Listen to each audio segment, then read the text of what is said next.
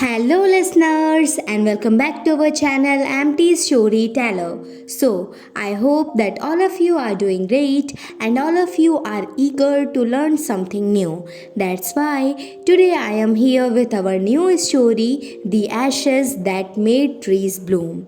This is a very interesting story of Japan. So, before moving towards our story, if you are new to our channel, so please do subscribe to our channel. So, now let's move towards our story. Once there lived an old couple. They had a pet dog. They had no child. They loved the dog as if it were a baby. The dog was called Muko. The kind couple fed the dog with their own forks. In return, the dog also loved them so much. The old man was a farmer. Every morning, Moko followed him to his fields. A heron walked in the footsteps of the old man to pick up worms. Like his master, the dog also never harmed the birds. One day, the dog put his paws against the old man's legs. He motioned with his head to some spot behind. To please his pet, the old man followed him. At a little distance from there, the dog stopped. It started scratching the ground. To help his pet, the old man struck his hoe in the earth. Now there was a pile of gold before him. So the old couple became rich. They gave a feast to their friends and helped their poor neighbors. In the same village, there lived a wicked old man and his wife. They brought the dog into their garden. They set before him good food, but the dog was afraid.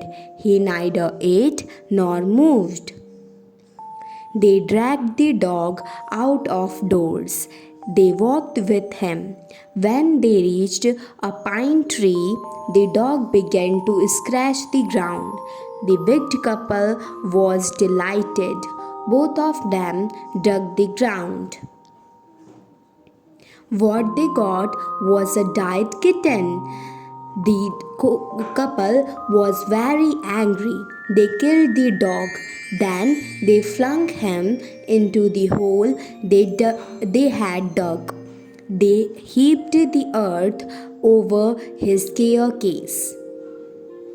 The incident of the dog's death reached the ears of its owner. He felt so sad, as if he had lost his son.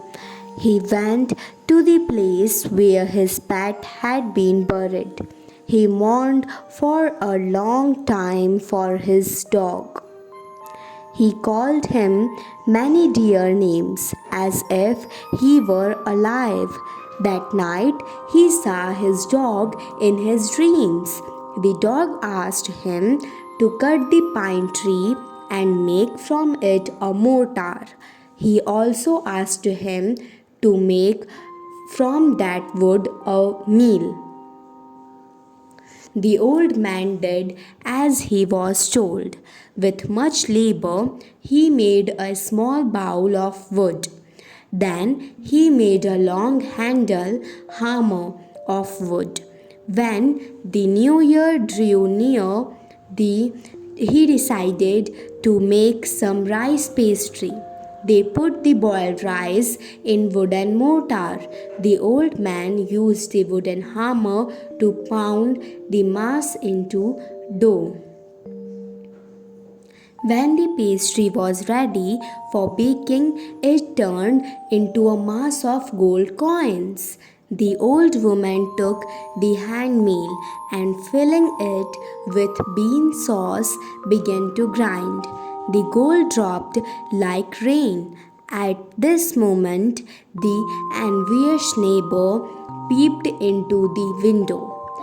He decided to borrow the meal from their neighbor. The old couple rapidly gave their meal to the neighbor. The man began to pound the rice and the woman to grind. However, this time the pastry and sauce turned into worms. They broke the meal into pieces to use it as firewood. The good old man had another dream. The spirit of their pet dog told him to take the ashes of the meal and spread it on the withered pine trees. He assured him that they would bloom again. The old man brought some ashes of meal. He spread a pinch of it on the cherry tree. The tree was covered with blossoms. The greedy wicked couple gathered the remaining ashes of the wooden meal. The wealthy landlord of the village was too passed by that road. According to the custom, all the people had to shut up their high windows. Nobody was allowed to look down on lordship. They also knelt upon their hands and knees until the procession passed by. A tall man marched ahead, asking the people to get down on their knees. But the good old man didn't kneel down. Instead of it, he scattered a bit of ashes over the withered cherry tree. Suddenly, it burst into blossom. The landlord got out to see the wonder. He thanked the man, offered him presents, and also invited him to the castle for dinner. When the greedy neighbor heard of it, he also took the magic ashes to the highway. He waited until the landlord's train came along, and instead of kneeling down like the crowd, he climbed a withered cherry tree. When the landlord was directly under him, he threw a handful of ashes over him. But the tree showed no change. The dust rather blew up into the nose and eyes of the lordship. The man who was escorting the lord dragged the greedy man from the tree and threw him into the ditch. He also beat him soundly. The greedy man thus died in the mud. The kind owner of Muko lived happily to green old age. The end.